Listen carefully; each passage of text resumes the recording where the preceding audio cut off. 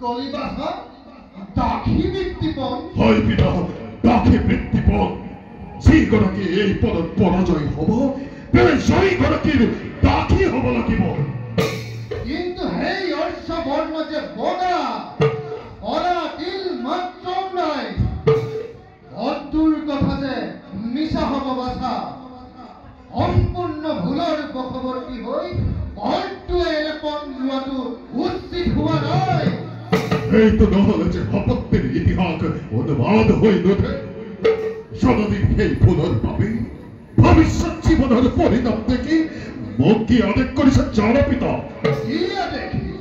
আদেশ কৰিছে যিটো সৃষ্টি ৰক্ষা নীতিৰ বিৰোধ শাস্ত্ৰৰ গৰিহিত কাম মোক আদেশ কৰিছে যে অশ্ব বৰ্ণ আবৃত কৰি ৰাখিব লাগে আৰু তাকেই নকৰিলে তেওঁ সম্পত্তিৰ দাখি হ'ব লাগে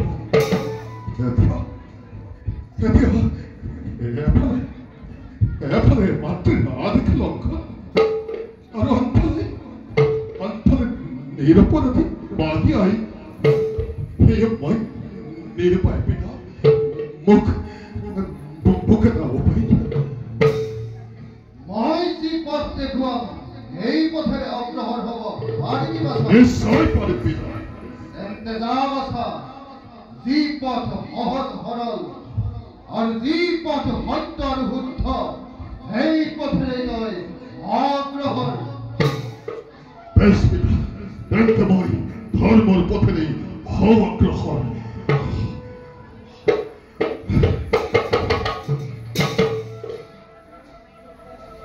হে প্ৰভু জনাৰ্দন কমল লোচন ভাইজাৰ বিনাশ দেখি তাপিত পৰাণ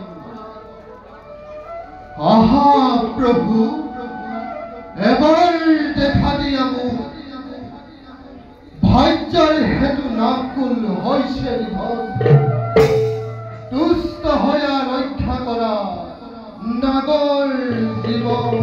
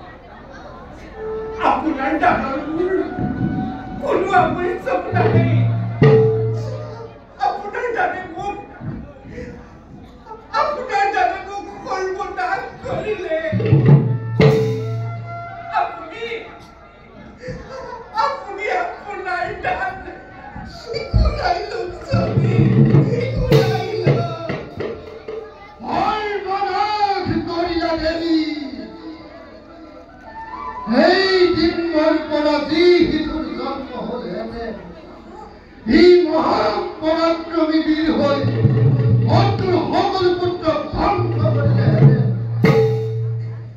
তুমি পুত্ৰহীনা হৈ কি কৰিবা দেৱী?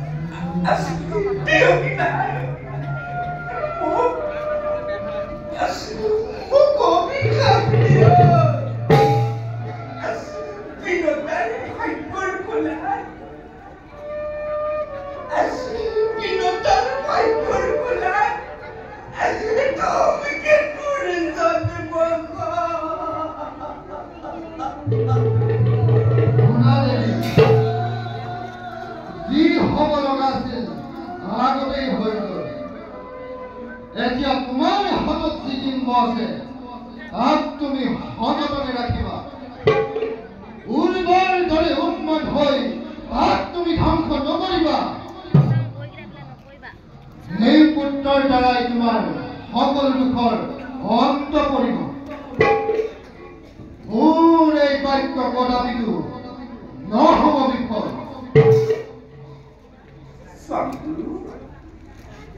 পুত্ৰৰ অভিশাপ মই সপত্নীৰ দাগ পোৱাটো দাসী বাৰু কৰাবনে মোক?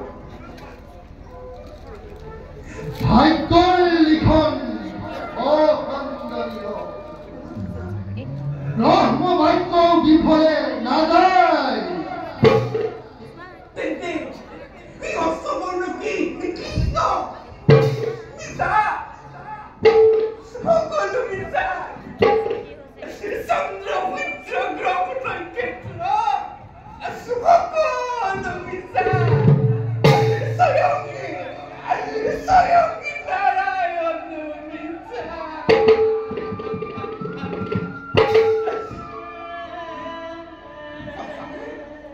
সঁচাই দিল মাত্ৰ নাই পৃথিৱী। এই পৃথিৱীৰ অদৃশ্যৰ এক লীলাক্ষেত্ৰ।